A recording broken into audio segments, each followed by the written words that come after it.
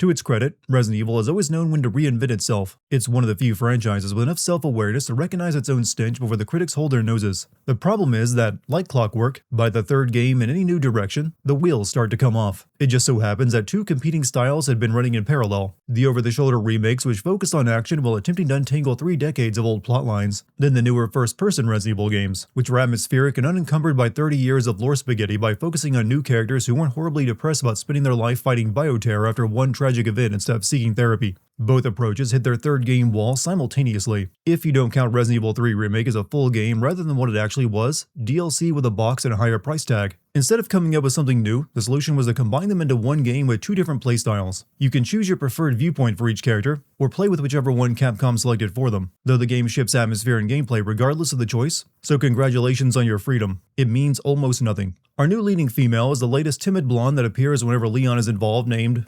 well, it doesn't matter, because she's just Ethan Winters with a government salary. She's an FBI agent, a profession that apparently requires 0 survival instincts. She survives less through skill, and more through the universe's apparent reluctance to finish the paperwork. Meanwhile, CDC Ken, otherwise known as Leon Kennedy, gets a mission briefing that probably consisted of someone pointing at a map and saying, "Go here, kill everything, save the world." One character needs therapy and the other needs a muzzle, and somehow both are equally unfit for the situation they're in. It's almost as if the game's 2 halves were written by different people who are forbidden from speaking to one another. One trying to craft a psychological horror story about confronting the past and your trauma, while the other clumsily attempts to do the same thing with Leon after mainlining Monster energy drinks. And Leon is a few cutscenes away from a chalk outline, because he's dying but doesn't let that slow him down until the very end of the game, which is just one of the reasons why they call this game Requiem. That and it made it easier to hide a 9 in the title. At least Capcom won't have to struggle so much to hide a 10 in the title for the next Resident Evil game. The I and L in Evil don't require much editing to form it.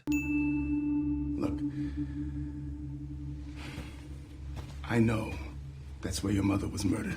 Look, I know there are glaring professional and empathetic reasons why I shouldn't send an FBI office worker to a hotel where her mother was murdered in front of her 8 years ago to investigate a potentially contagious virus, but I think you should go by yourself, in a t-shirt. And leave your glasses here at the office. Dispatching Grace to the location of her mother's murder for some vaguely defined field work is so incompetent that I spent the entire game convinced he was secretly in on it. This had to be a setup. But no, he's just bad at his job. I won't force you to go. You don't have to do this if you don't want to is video game language for you will do this whether you want to or not. Why did her boss even expect Grace would uncover on location instead of at her desk? She brought no investigative equipment with her. Hey, that's a restricted area. You can't go in there. Why? It's an active crime scene. An FBI agent had to ask a cop why people can't just cross the crime scene tape. Oh, right. Sorry. This feels less like 2 cops discussing a case and more like an underage girl trying to sneak into a club with a fake ID. Grace has the survival instincts of a horsefly at a rave. After being locked inside the Wrenwood Hotel, she finds a photograph of herself with an invitation to room 204. The very room she and her mother occupied 8 years ago on the night of the murder. A reasonable person might interpret this as a trap, but Grace looks at the photograph, and instead of calling for backup or introducing her elbow to a window to get out, instead of doing literally anything other than what the anonymous note in the murder hotel explicitly tells her to do, she heads to the damn room. And sure enough, the bed is covered in photographs of her and her mother, and it would be genuinely unsettling if the audience hadn't spent the preceding 5 minutes quietly screaming at Grace to do literally anything else. By the time she's standing in the room, surrounded by evidence that someone has been watching her for years, we're not thinking, "Oh God, how terrifying." We're thinking, "Oh good, she's finally arrived at the conclusion we reached 5 seconds after the first photo." I'm sure you remember Outbreak, the PlayStation 2 game that asked, what if we made a Resident Evil game that was frustrating to play and required an online adapter most people didn't own? Alyssa was the reporter, one of many playable characters from it. The intended reaction is presumably something like, "Oh shit, nostalgia." For the overwhelming majority of players, Alyssa is a complete stranger who delivers some exposition and then dies without ever transcending her status as a footnote. The game offers just enough backstory to technically introduce her, a name, a vague connection to something that happened once, without doing anything so extravagant as making you care. She's a fan wiki link embedded in the game. Hello? Miss Ashcroft? Yes. There was no need to confirm what room they were staying in with a phone call. The stalker took photos of Grace sitting at her computer through the window. That photo is even what triggered this flashback. Apparently, Grace and Alyssa were the only 2 people staying at this hotel, since the only other person is the manager. The plastic bag was unnecessary if you were going to stab him in the throat right in front of them. We need to find another way out. Is there a reason we can't leave through the front door of the hotel? It's right there. Mom, what are you doing? Something important. Grace, who has spent 8 years processing the trauma of watching her mother die, simply forgot that her mother hid a document behind a painting in the hotel after telling her it was important. That journal stayed hidden for 8 years until she remembered it today. And then Grace forgets about it after finding a floppy disk inside until the end of the game. It's a plot device the characters don't even find important. Come on in, Grace. Let's walk through this. You're Alyssa. You're hiding out in a hotel with your teenage daughter because... Actually, the game isn't super clear on that, but never mind. A man breaks in, you, in what appears to be a rare moment of competence, shoot him. He's dead on the floor. There's a witness, you. There's another witness, your child. There's a dead body with a clear chain of self-defense. This is literally the textbook scenario for dialing 911. And you look at your daughter and say, "Don't call the police," followed by the guy getting up and killing you. Grace probably went on to join the FBI out of spite just for this. What was the point of even leaving the phone there? You know what room Grace is in this time. You left her directions to it. Grace had a cell phone back on the street. It is never seen, mentioned, or even thought of after that. However, Grace's stalker helpfully provided her with one, and Grace tosses it aside. The cop from earlier turns into a zombie and bites Grace, who is unaffected by it for a plausible reason that is offered later, and then undone by the twist at the end, which means Grace should turn into a zombie from this. After escaping from the cop by knocking him out a window, why would you follow classical music playing faintly from upstairs? It's no different than following the photo. It's worse actually. The photo had context, a connection to your past. This is just curiosity with a death wish. I half expect Grace to find a breadcrumb trail leading directly into a bear trap and think, well, someone went to all the trouble. It hasn't been easy. But after much effort, here we finally are. Who are you? I'm the one who planted that body. I'm the one that brought you here. You've earned the right to monologue at someone when they fall into every stupid trap you set. Victor even made it hard on himself. His plan involved leaving an infected dead body in this building, somehow knowing Grace's boss would send her instead of an actual field agent to investigate. Then when she did show up, he nearly killed her with a zombie cop, and finally sat here in a chair and expected Grace to walk herself over after getting the key from the cop instead of getting the hell out because of vibes and Chopin. CDC Ken is also in town, investigating the same disease as Grace, except he's actually qualified for it, proving just how stupid it was to send Grace if someone of Leon's caliber is the norm for this type of investigation. I want Leon's midlife crisis. He's ripped, has all of his hair, still looks good, and drives a Porsche. Going by how he's carrying Grace on his shoulder through the city, I don't think Victor brought a car to get Grace out of here. A bit of a tactical oversight that only makes me wonder how he gets away from Leon, who shows up to investigate the missing cop. Does he walk all the way back to his mental asylum? Biting a person's nose and lips off wouldn't kill them instantly. They might wish for it, but that sweet release is going to take some time. I see that Leon borrowed one of Dante's guns. I like the idea of giving the player the Magnum right from the beginning and a reason to use it instead of hoarding ammo for the final boss. Capcom also made all the bosses suck and easy to further encourage you to use your weapons on normal enemies. Leon, have you located Victor? Would Sherry like to call in a federal task force right now? They have all the evidence they need of a massive bioterrorist event happening inside the US. Victor purchased a building after Umbrella went under. The Rhodes Hill Chronic Care Center. Why would any former Umbrella researcher be free to walk around, let alone continue to legally practice medicine? Leon, we're running out of time. She isn't kidding. Leon is going to die of this infection in 24 hours, which only makes him spending his final hours investigating dead bodies a bit weird. What are the odds it would lead to something that might save his life or allow him to make a difference? Victor left Grace unconscious and strapped to a hospital bed to drain some blood in a ward of his care center that is controlled by an unkillable monster. He consistently endangers a woman he needs alive for no reason. This monster is harmed by light, which I would understand if it was UV light, but regular incandescent bulbs melt it. It's a weakness that should make it incredibly easy to deal with since you'll find those everywhere in a modern building. But this thing is treated as unstoppable despite finding everything you would need to kill it inside a Home Depot. Mr. Kennedy, welcome. Dr. Gideon has been expecting you. Okay, Leon, you just followed the guy who killed dozens of people in the street with T-virus to his care center, and the nurse says he's expecting you. You can't be surprised when everything goes south and people start dying. There's an implied threat there. I mean, she's even leading you past bodies under sheets. I think I want a second opinion. Leon spends his time between feeling sorry for himself over the events of Raccoon City and quipping to zombies at the most inappropriate of times, such as when he stood there and allowed an innocent nurse to be cut in half with a chainsaw. Leon's parry with a hand axe has reached Dante's Royal Guard levels of broken. He's not even limited by finding fresh axes. He can sharpen it with the press of a button now. It's a parallel, you see. A cop saved Leon from a zombie when he was pulled under a gate in a police station over 20 years ago. Now Leon is on the other end, saving a cop from a similar fate. I didn't say it was a good parallel, just that it meets the definition of one, which seems to be all Capcom requires. When Leon shoots the monster, her head explodes, and when Grace does it with the exact same gun, she just gets sad and crawls away. Take this. That gun is bigger than Grace's arm and kicks like a mine collapse. Maybe give her the smaller 9mm. Victor has got some serious drip for a PhD. Goth rings, leather trench coat, and gold grill in his teeth. Why don't we have a little talk? Victor has no reason to want to chat with Leon. He killed everyone at his care center just to foil him. Why not squeeze for a little longer and save yourself a future problem? Are you alright? Get away! I don't know who slit this guy's throat or for what reason, but his main concern is making sure no one goes near the little blind girl Grace found inside a cell here, instead of stopping his bleeding. Zombies now retain parts of their personality. They sing, they shoot guns, they throw propane tanks and swing melee weapons like they're still clocking in for their shifts. It's neat. But I can't help but feel it was an excuse to skimp on enemy variety. For the first time ever, most of the game is just you fighting zombies, and a zombie with a weapon is just a Lost Plaga villager. You've added party hats to the enemies and called it variety. You've got zombies, you got blister heads, the game's take on crimson heads, fat zombies that you can kill by injecting with Ozempic, and then at the very end, lickers show up. It's the worst enemy variety the series has seen since Resident Evil 7, which at least had the excuse it was playing around with mold in the swamp instead of weaponized viruses in a lab. Victor was kind enough to pick up Grace's gun from the hotel, and even reloaded the bullet that misfired when she dropped it onto the floor and brought it with him to the care center. He could have just left it back at the hotel since he didn't want Grace armed. It's a good thing we're in a mental hospital, because a handheld device that turns infected zombie blood and scrap metal into bullets and medical items exists only in the ramblings of a disturbed person. Probably not the best idea to scatter antique coins around the hospital so that patients can use them to buy steroids.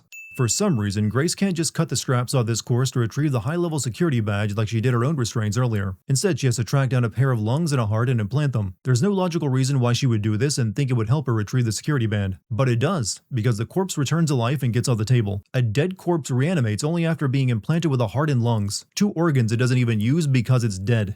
Why did you kidnap me? Kidnap you? I liberated you. Considering the gaslighting Grace took from her boss, the man has a point. Phase 2's about to begin. Would you like to see what's hidden under the hood? Victor says Phase 2 is about to begin, which will place Grace in even more danger than before as blisterhead zombies will now appear, which is to say zombies that get back up because you didn't burn them, except now they're angrier and have worse skin. And again, Victor needs her alive. There's no reason to up the difficulty since she's the only one wandering this place with Leon tied up. I don't see why the back door of this building was so important that the people in charge had 3 separate quartz keys that they posed with for photographs and kept locked inside custom cabinets. It just leads to the back courtyard. Why was there a bulldozer this huge in the parking garage? And why does shooting the driver cause it to explode? This stuff was easier to accept when it was set in a pre-industrial village in Europe. For no reason at all, the final crystal cube is held inside a contraption where the passcode can only be read in Braille. The director certainly wasn't blind, and it's just a 4-digit code with 3 total inputs. You could easily brute force it, but this gives Grace a reason to go rescue Emily from her cell, which I assume she wasn't going to do until this forced her hand. Emily must suck at Braille, because it takes her several minutes to read 3 words. The big monster in the dress returns, regrowing its head and kidnapping Emily. Victor is interrogating Leon, but never really asks Leon anything important. He just monologues, then notices that Leon is infected with the Raccoon City Syndrome and gets smug about it. Victor tied up Leon and didn't remove his weapons or his radio. Sherry is Leon's new partner, hacking computers for him and still refusing to call in backup and support just like his old partner. As a survivor of Raccoon City, Sherry is also infected with T-virus, which doesn't make any sense because she was previously infected with the G-virus and was cured of it, which left her immune and with decelerated aging and regeneration. How did these two get infected with a T-virus back then and never show symptoms or need an antivirus? Jill was infected with T-virus in Raccoon City and needed a dose of antiviral to save her life. I found some information about our illness. Our symptoms confirm a T-virus infection. Did you guys never get those black marks looked at? I'm pretty certain blood tests would have revealed that it was T-virus. Why would Victor be keeping censored files on his own computer of his own medical records? These aren't being released to the public. There's no reason to censor them. Emily is locked up in another cell down here in the waste treatment area. So once again, Grace has to find 3 items to unlock the way forward. Joint plugs this time. Grace isn't Ethan, so we're spared the horrible injury moments followed by the inexplicable I'm okay after a splash of green herb water. Instead, Grace just miraculously gets out of harm's way. Here, I kept this safe for you. Pretty iron grip you kept on that thing despite being grabbed by a monster, dragged underground, and knocked unconscious. Can you fly this? Sure can. You may as well carve that guy's tombstone. He's a helicopter pilot in a Resident Evil game. According to a report, Spencer was focused on consciousness and memory transfer using T-virus, something this series has already covered twice. First in Resident Evil Revelations 2, and then again in Resident Evil 8. This was a solved problem. What are the odds that 2 separate Resident Evil villains in different countries would both use the same brand of wine as a secret door key? Tests have come back positive. I can confirm that she is indeed the one that we've been searching for. Oh no. The self-destruct protocol is initiated. Victor is on the phone with someone called Zeno and confirms that Grace is the one they've been searching for, the person who can help them retrieve Elpis. He then self-destructs his facility while knowing Grace is still somewhere inside and would likely die from the destruction. If this place is stocked with zombie extinguishers, why the hell was this place so easily overrun? Victor took the office elevator back up, which means he walked right past the helicopter that he took the keys of so it couldn't fly, and currently has the pilot and Emily waiting inside and waiting for Grace in the water treatment facility where he somehow knew she would end up, even though she might escape in the chopper. Grace is the only person who can wear a white t-shirt and come out of a facility flooded with blood relatively clean. Helicopters have gotten even more deadly this time around. The pilot not only died, Emily's dying as well, though I have no idea what injured her in the backseat and somehow missed Grace. Leon witnessed the chopper crash, looked around, and found a conveniently loaded rifle and scope to cover Grace while she escapes with Emily into the church. Why would that even be there? Can't stay here. That should be the way to the water treatment plant. Through the church basement? I just don't give up. Take her. Get her safe. Just go through the door with them. The zombies won't catch up or follow. Grace locks Emily up inside a room so she can confront the monster that's still on their trail. For whatever reason, this water treatment facility has a retractable roof, allowing Grace to finally kill it. Though it was night out just a minute ago when they entered this place. The sun came up real fast. Grace is too late and Emily is dead. But since she's a test subject, she reanimates in this goofy-looking monster and Leon comes in and shoots it to death for her, robbing Grace of a meaningful moment where she would have to defend herself against someone she was trying to protect and offering a better motivation for the brain-dead decision she's about to make to go with Victor. We have to keep going.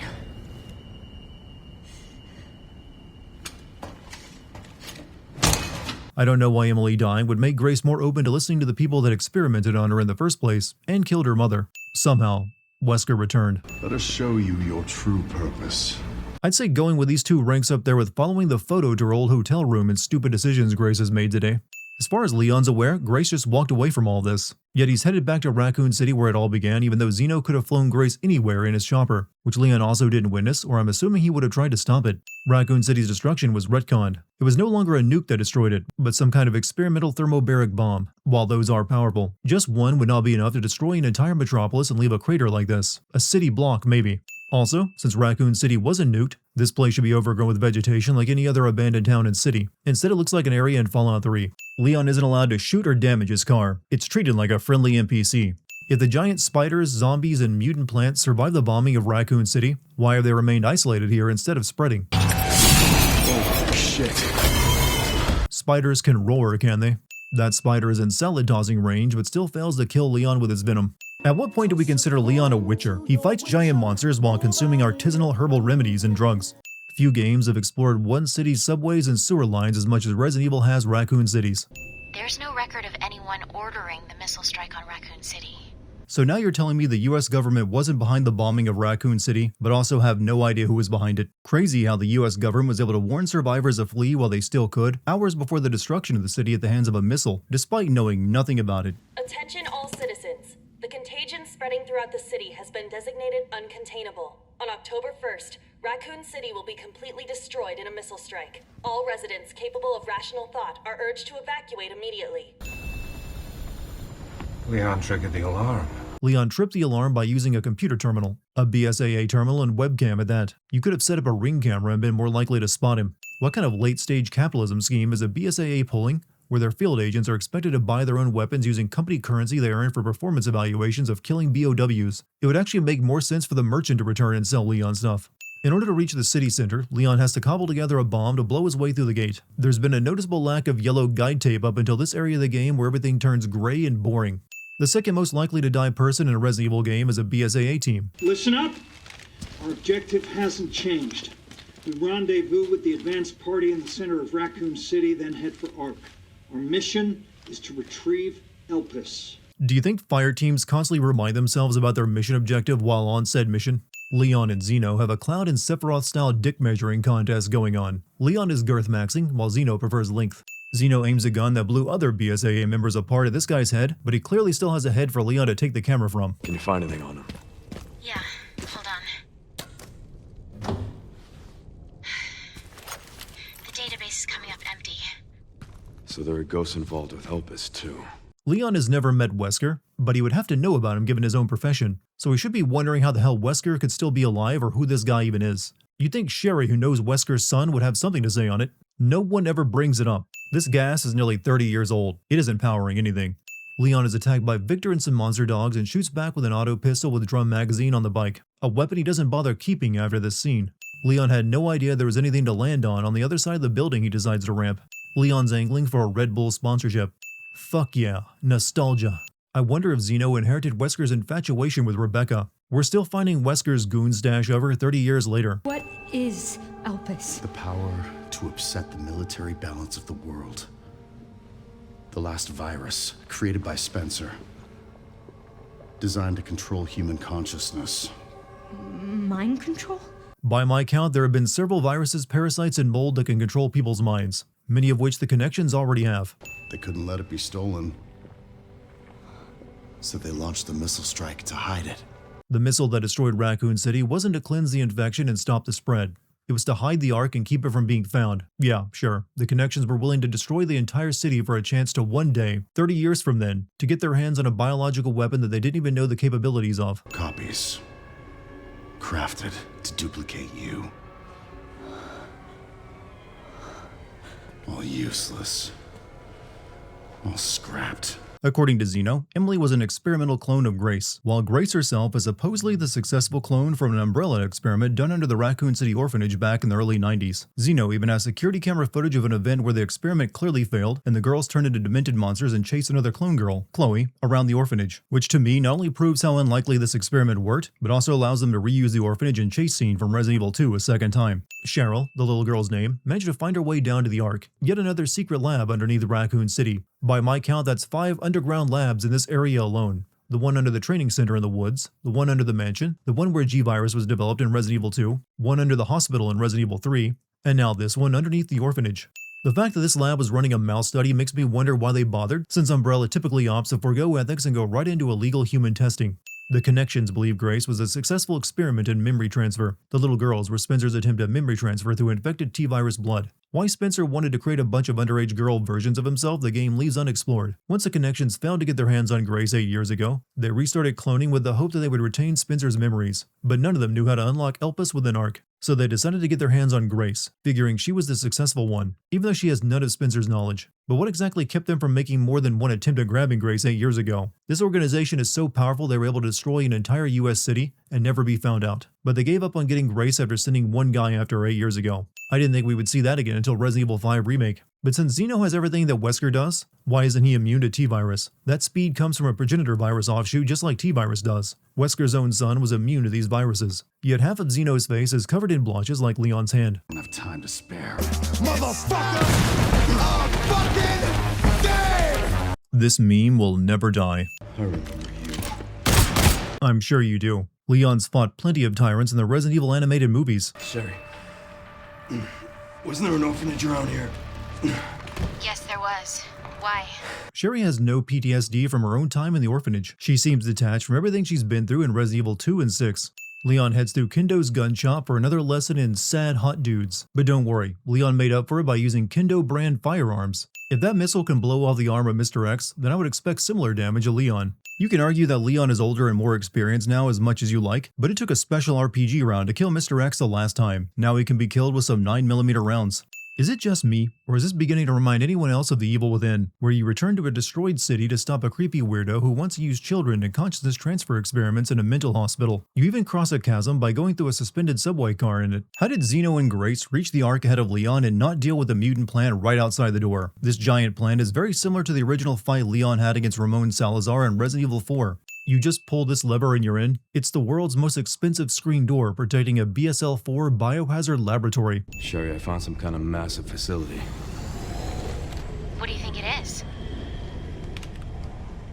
I'm seeing supplies with the logos of the usual suspects. That's a great radio Leon has, working this far underground and inside a cement and steel laboratory. This is actually Leon's normal hair care routine. Why are there zombies and lickers inside this lab? This was sealed off before the events of Raccoon City. Hunk shows up in a non-mercenary mode for once and just rehashes the Krauser knife fight from Resident Evil 4. Hunk is also infected with Raccoon City Syndrome and should be much further along than Leon considering he's decades older and would have been exposed to it well before Leon. Yet he seems fine while Leon's clinging to life. Zeno believes Grace knows the password to unlock Elpis, since he believes she's a successful clone with Spencer's knowledge transferred into her through blood experiments. The Connections had to have a test to determine if the clones knew anything or were useless. Why not subject Grace to that test before you blow your only chance of getting Elpis? If the wrong password is entered, the Ark will be destroyed and Elpis will be lost forever. Couldn't you have had some engineers disable the self-destruct system that's in place and then forcibly remove Elpis from the container? You've been in control of this facility for years. It doesn't sound that far-fetched to me. The bullet Xeno dodged should have slammed right into that console for the password and self-destruct.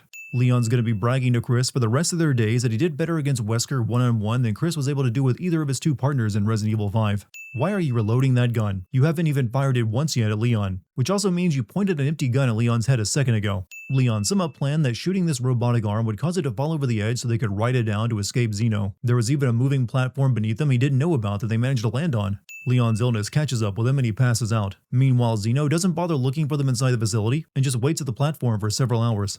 Those marks. It's T-virus. Stage 3 infection. You only confirmed that your illness was T-virus a few hours ago. How do you even know that it has stages of infection and what yours is? Raccoon City was where it all began for me. When it all happened, I couldn't make a difference. So I am here now. You're making about the same difference here that you made both in Resident Evil 2 and Resident Evil 4, saving a special blonde girl and stopping an evil organization from getting their hands on a bioweapon. I'm starting to believe Leon's more upset that Ada isn't present this time. Grace needs a piece of paper to tell her how to make a Molotov or bottle of acid. You know, I think the Umbrella janitorial staff never get their due. Every Umbrella lab has a floor so spotless you could eat off it. Why would that key unlock just because Grace moved a crane up a little bit to unblock a path for Leon? That can't have been a trigger. In order to make her way through the lab, Grace has to find 2 crystal orbs to unlock a door. Wait a minute. I did this already, only it was a different geometric shape. First it was crystal cubes, then cone-shaped electric plugs, now spheres. The puzzles in this game were inspired by a toddler's toy. This advanced-looking computer uses floppy disk drives. Among the files on the disk Grace's mom hid inside the hotel was an interview she conducted with Spencer after the events of Raccoon City, where he expressed remorse for the things he did. I'm more impressed with Grace's mom keeping her cool and being impartial considering she was a victim of Raccoon City herself. Since Alyssa hid this disc, I'm assuming she never released this interview. There's zero reason for her to have never released such an exclusive. There wasn't any information in it that would have led Alyssa to hide it away, since it was nothing but Spencer showing remorse for his actions and that he adopted a baby girl. Your body can't take much more. I'm gonna settle this. You just sent us a chopper for immediate evacuation. Hold up, Sherry could have sent in a chopper. Why the hell didn't you request one to take you to Raccoon City Police Station instead of spending all day blowing open a gate? This makes twice Leon has found himself walking down a hallway while hallucinating in the final moments of an infection. That's some heavy symbolism of Leon walking into a glowing gate of light, don't you think? You already called this game Requiem. Grace was Spencer's adopted daughter, not a clone. She's completely normal according to him, and when he died, his will stipulated Grace was to be turned over to Alyssa, whom I don't believe agreed to that in this interview. I guess the FBI background check never picked up on Grace being the adopted daughter of Spencer. I've said my piece. I only hope it serves as a requiem for those who have passed. Ladies and gentlemen, we have a subtitle. You guys escaped from this platform in Xeno, only to willingly make your way back to it with no plan. I don't know the password. It's okay. Soon left it wide open for us. Any wrong code will do. So what was Spencer's plan for distributing Elpis to undo the harm he had caused if there was no one after his death who could unlock it without destroying it? There's no way that speech about hope that Alyssa recorded was his fallback, since there was no guarantee that Grace would ever learn of Elpis and come here after watching the interview to retrieve it. Choose your ending by entering the correct or incorrect password. Entering the word destruction will cause the arc to self-destruct while Leon saves Grace at the cost of his own life. I feel like this ending could have at least ended with a boss fight against Xeno instead of just a cutscene. Also, there's no reason to enter the word destruction. Any wrong answer would do. She could have typed password and it would still happen. The correct password is hope, which is odd, because in Resident Evil Outbreak, the very same game where you can play as Alyssa, the lab under Raccoon City also uses the word hope as a password. You don't even know how Elpis might interact with your current mutations, which from my memory of Resident Evil 5 were so sensitive that if Wesker didn't receive a daily serum injection in the precise dose, it would cause him to destabilize. My powers! Elpis is Spencer's atonement.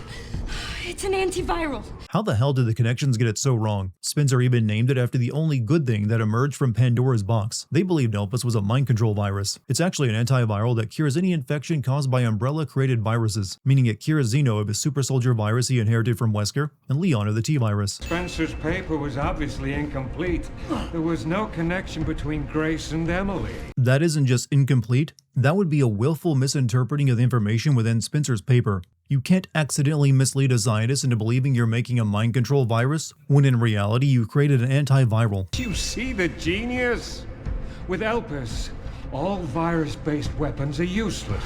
The world order will be thrown into chaos. The world order was based on viral weapons? That's news to me. How does negating all of those bioweapons throw the world into chaos? There wasn't some mutually assured destruction between superpowers with bioweapons as far as I'm aware. You are nothing but an imitation. Since Zeno is heavily implied to be either a clone of Wesker or some successful mind transfer nonsense through blood like they assume Grace to be, they could have delved into that instead of being intimidated by their own bullshit and never even mentioning how weird it is. Zeno served about as much purpose in Resident Evil 9 as Wesker did in Resident Evil 1. Die similarly too. There's no reason to destroy the place after taking a single vial, nor is there any reason to stick around and fight Leon. Leon falls to the bottom of the pit, this time without that weird machine to ride down, and is just fine. Meanwhile, Grace slides off screen and isn't seen until the fight is over. Not that Victor was that great of a villain, but turning into the bog standard wall of meat like every other Resident Evil boss doesn't help him any. Nemesis. No wonder you're so damn relentless. Speedrunning classic monsters like the giant spider, Mr.X, Wesker, and Nemesis isn't doing you any favors. The high is brief and doesn't last, especially when this boss sucks. Leon was the prototype for Dante of Devil May Cry. Now Leon just is Dante. Leon's gonna be bragging to Jill for the rest of his days about how he clapped a Nemesis easily. There's no way out, is there? Well, I'm not gonna leave your side. Leon, you have a working radio. This isn't as dire as it seems. Mr. Kennedy, I have a message from Captain Redfield. That's 3 games in a row now where Chris's Wolfpack team show up just to mop up at the end. We got a dose with your name on it.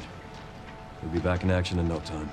How? The single-dose Victor grab would have been destroyed with him, and the others were destroyed in the self-destruct. Elpis should be gone, unless that whole self-destruct the Connections was worried over was bullshit. I wish we could have saved Emily. Grace, I didn't hit any of her vitals. She could still be alive. Bullshit. Leon shot her multiple times, and I even aimed for the head. And how would you know where her vitals were after she mutated into that? Doesn't this mean you could cure all the people turned into monsters and zombies? Do they not count? Leon puts on a wedding ring. If Leon was married, then he spent what was going to be his last day not even thinking of his wife. Didn't even ask for any messages to be passed on.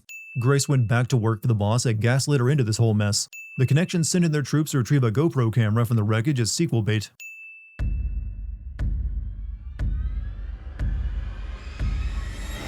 No, man. Resident Evil 4 takes it by a long shot.